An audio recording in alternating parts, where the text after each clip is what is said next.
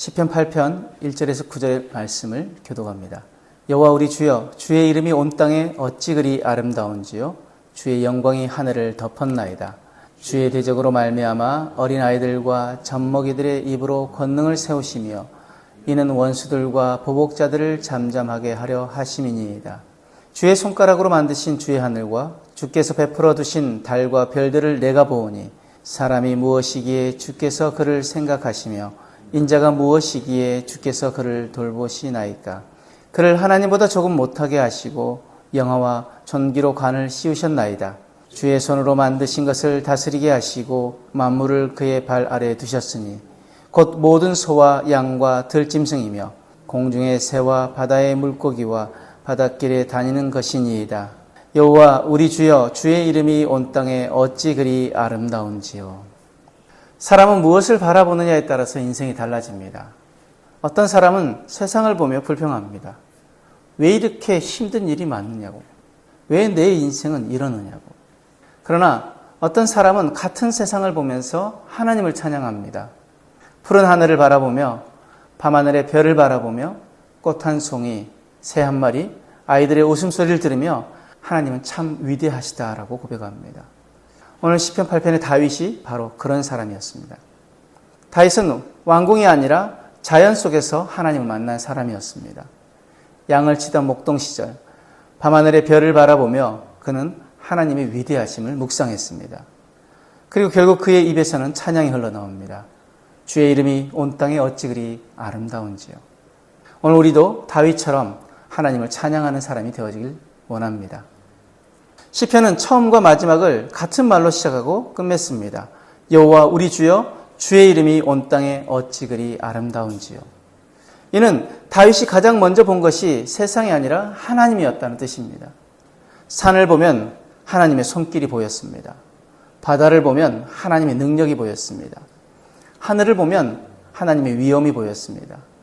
하나님은 지금도 이 온 우주와 온 열방을 다스리시는 왕이십니다. 우리는 너무 익숙해서 하나님의 창조를 당연하게 여길 때가 많습니다. 아침에 해가 떠오르는 것도, 계절이 바뀌는 것도, 우리가 숨을 쉬며 사는 것도, 우리 가족과 함께 살아가는 것도 사실은 모두가 하나님의 은혜입니다. 그래서 믿음의 사람은 평범한 일상 속에서도 하나님의 영광을 발견합니다. 그래서 감사가 나오고 그 감사가 찬양으로 이어지는 것입니다. 다윗은 또 찬양합니다. 어린아이들과 젖먹이들의 입으로 권능을 세우셨다. 세상은 힘 있는 사람을 높입니다. 그러나 하나님은 연약한 사람을 사용하십니다. 예수님께서도 성전에서 아이들이 호산나라고 외칠 때 그것을 가장 아름다운 찬양으로 받으셨습니다. 왜 그렇게 그 아이들의 찬양을 받으셨을까요? 아이들은 계산하지 않습니다. 있는 그대로 믿고 있는 그대로 기뻐합니다. 반대로 교만한 사람은 하나님보다 자기 자신을 더 크게 봅니다.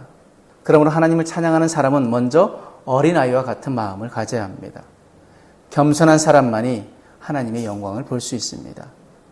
다윗은 밤하늘을 바라보다가 문득 이런 질문을 합니다. 사람이 무엇이기에 주께서 그를 생각하시며 인자가 무엇이기에, 여기서 인자는 사람의 아들입니다. 인자가 무엇이기에 주께서 그를 돌보시나이까. 수많은 별들 앞에서 인간은 너무나 작은 존재입니다. 그러나 하나님은 그 작은 인간을 잊지 않으셨습니다. 오히려 영화와 존귀로 관을 씌우셨습니다. 그리고 만물을 다스리는 권세를 맡기셨습니다. 여기서 우리는 인간의 두 가지 모습을 볼 수 있습니다. 첫 번째는 흙입니다. 흙으로 창조되었습니다. 그렇기에 우리는 연약합니다. 실수합니다. 늙습니다. 언젠가는 흙으로 돌아갑니다. 또 한 가지는 왕입니다. 하나님께서 하나님의 형상대로 우리를 지으셨습니다. 그래서 우리는 존귀한 존재이고 하나님의 자녀이며 왕 같은 제사장입니다. 우리 이 두 가지를 항상 함께 기억해야 합니다. 우리가 흙인 줄 모르면 교만해집니다. 또한 우리가 왕인 줄 모르면 비굴해집니다. 그러므로 성도는 겸손하면서도 당당해야 합니다. 하나님께 사랑받는 자녀라는 자존감과 하나님 앞에 엎드리는 겸손을 함께 가져야 합니다. 하나님 사람에게 세상을 다스리게 하셨습니다. 그러나 성경이 말하는 다스림은 마음대로 이용하는 것이 아닙니다. 돌보고 가꾸고 살리는 것입니다. 가정도 그렇습니다. 부모의 권위는 자녀를 사랑하기 위해 있는 것입니다. 교회 직분도 마찬가지입니다. 높아지기 위한 자리가 아니라 섬기기 위한 자리입니다. 하나님께서 우리에게 맡기신 모든 것을 잘 관리하라고 우리에게 그 능력을 주신 것입니다. 내 시간도, 내 재능도, 내 물질도, 내 가정도 모두 하나님의 것입니다.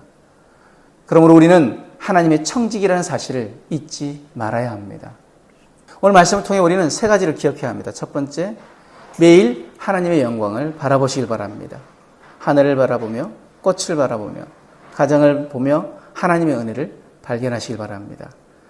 그리고 하나님을 찬양하시길 바랍니다. 감사하시길 바랍니다. 먼저 우리가 감사가 회복되면 찬양도 회복되어집니다. 두 번째, 겸손한 마음을 가져야 합니다. 내 능력보다 하나님의 은혜를 먼저 생각해야 합니다. 기억해야 할 것, 겸손한 사람에게 하나님은 더 큰 은혜를 주신다는 사실을 잊지 마시길 바랍니다. 세 번째, 하나님께서 맡기신 것을 잘 돌보시길 바랍니다. 우리의 가정, 교회, 직장, 이웃, 자연까지도 하나님께서 우리에게 맡기신 선물입니다. 그것을 잘 섬기고 잘 돌볼 때 우리는 하나님의 영광을 드러내는 사람이 되어지는 것입니다. 오늘 우리가 보았던 시편 8편은 처음도 찬양이고 마지막도 찬양입니다. 다윗은 세상을 바라보다가 결국 하나님을 찬양했습니다. 우리도 세상을 바라보며 염려만 하는 사람이 아니라 창조주 하나님을 바라보며 찬양하는 사람이 되어야 할 줄 믿습니다.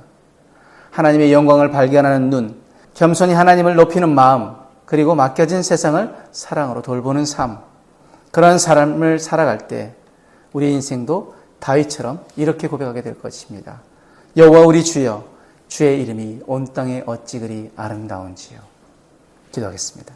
창조주이신 하나님 아버지, 온 세상에 나타난 주님의 영광을 볼 수 있는 믿음의 눈을 우리에게 허락하여 주옵소서.